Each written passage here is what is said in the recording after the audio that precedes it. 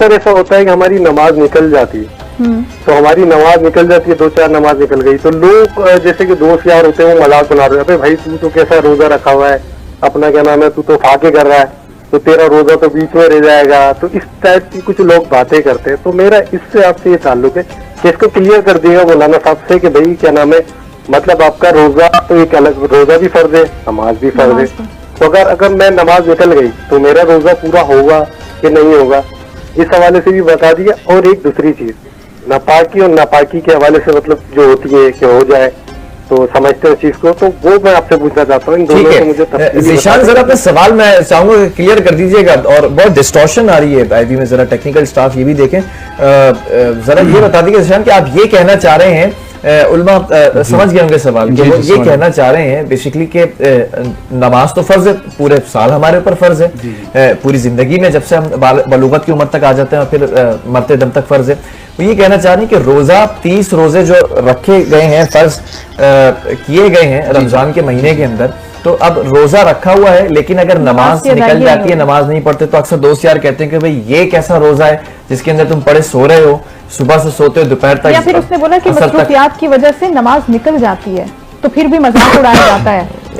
ऐसी कैसी मसरूफियत है कि नमाज निकल जाए? इस पर तो मैं तो हैरान हूं कि ये मसरूफियत हय्या अलल फलाह, हय्या अलस सलाह, फलाह की तरफ आओ, सलाह की तरफ आओ, फिर उसका दरमियानी रास्ता क्या है? नमाज निकल जाए। जरा सवाल अगर समझ में आ गया हो जी, सवाल समझ में आ गया। और अगर मसरूफियत भी है तो फिर उसका दूसरा ऑप्शन क्या है? हम ये भी ज़ीशान को बता देते हैं कि अगर आपकी एक नमाज या 2 नमाजें निकल गई हैं तो हमारे साथ जाहिर है उलमा इकराम मौजूद है, हम इनसे जानते हैं कि दूसरा ऑप्शन हमारे लिए क्या, अल्लाह ताला ने कोई तो रखा होगा ना रास्ता, कि आप इस रास्ते पे चले जाएं तो फिर भी आपके मसले का हल निकल आएगा।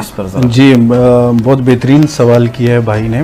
देखें, अल्लाह ताला ने कुरान मजीद फुरकान हमीद में रोज़े को भी फ़र्ज़ करार दिया और उसी तरह नमाज को भी फ़र्ज़ करार दिया। ठीक है।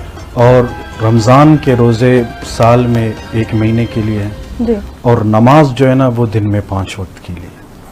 रसूल अकरम सल्लल्लाहु अलैहि वसल्लम सहाबा की मजलिस में बैठे हुए थे, तो आपने सहाबा से फरमाया कि तुम में से किसी के घर के सामने से कोई नहर जा रहा हो और रोजाना 5 वक्त उसमें कोई नहाए, क्या उसके बाद उस पर कोई गंदगी रहेगी?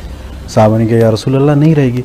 तो फरमाया अगर दिन में 5 वक्त नमाज आए और कोई 5 वक्त नमाज पढ़े, क्या उस पर गुनाहों की गंदगी रहेगी? बिल्कुल खत्म हो जाएगी।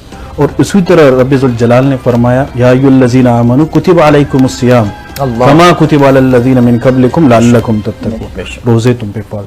तो फर्जियत दोनों की बराबर है जी। ठीक है। अगर कमजोरी सुस्ती की वजह से नमाज रह जाती है तो कज़ा का मौका है, ठीक है, आप कज़ा कर लें।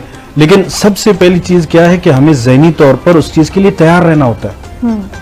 हमने अपने हर काम के लिए, रोजमर्रा की जिंदगी में हर चीज के लिए, हमने ऑफिस टाइमिंग के लिए, बिजनेस प्लानिंग के लिए, सब के लिए हमने एक मुनज़्ज़म वक्त मुकर्रर किया हुआ है। तो अल्लाह ताला ने नमाज के लिए भी मुनज़्ज़म वक्त मुकर्रर किया हुआ, तो उसके लिए हम जहन बनाएं ताकि हमारी नमाज न रह जाए, हमारी नमाज न छूटे।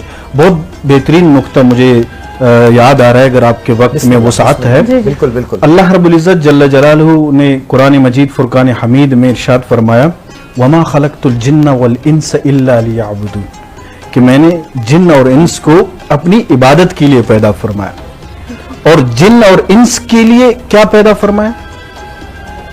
वल्लज़ी खलक़ लकुम मा फिल अर्द, फरमाया वो जात जिसने तुम्हारे लिए जमीन में जो कुछ है वो पैदा फरमाया। अल्लाहु अकबर, अल्लाहु अकबर। और बाज़ मकाम, एक और मकाम पे है कि वमा फिस समावाति वमा फिल अर्द, जमीन और आसमान के अंदर जो कुछ भी है फरमाया ये मैंने सब इंसान के लिए पैदा फरमाया और मुसख्खर करने का मौका दिया कि तस्खीर करो, इसकी तस्खीर कायनात करो, और जब जब तस्खीर करो तो फिर मेरी वहदानियत पर ईमान लेकर ला अशहदु अन ला इलाहा इल्लल्लाह वहदहु ला शरीका लहु व अशहदु अन्ना मुहम्मदन अब्दुहु व रसूलुहु। तो ये दुनिया की सारी चीजें, दुनियावी चीजें, तुम्हारी दुनियावी मफादात और दीनी मफादात की अल्लाह ने फरमाया मैंने तुम्हारे खलक़ लकुम मा फिस समावाति व मा फिल अर्द वमा फिल अर्द, जमीन के अंदर जो कुछ है फरमाया तुम्हारे लिए पैदा है। और तुम्हें किस लिए पैदा फरमाया?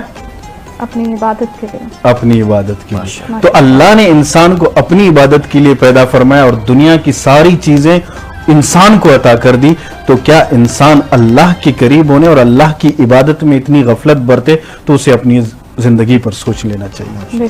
और दूसरा उन्होंने सवाल किया कि नापाकियां आ जाती हैं, जी जी तो उस वक्त रमजानुल मुबारक के रोजे में कोई फर्क नहीं पड़ता।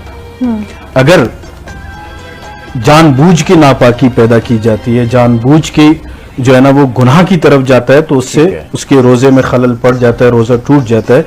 अगर इत्तेफाकन उसके जो है ना हाँ नापाकी पैदा होती है तो उसमें उसको छूट दी गई है कि वो उसका रोजा महफूज है। ठीक है।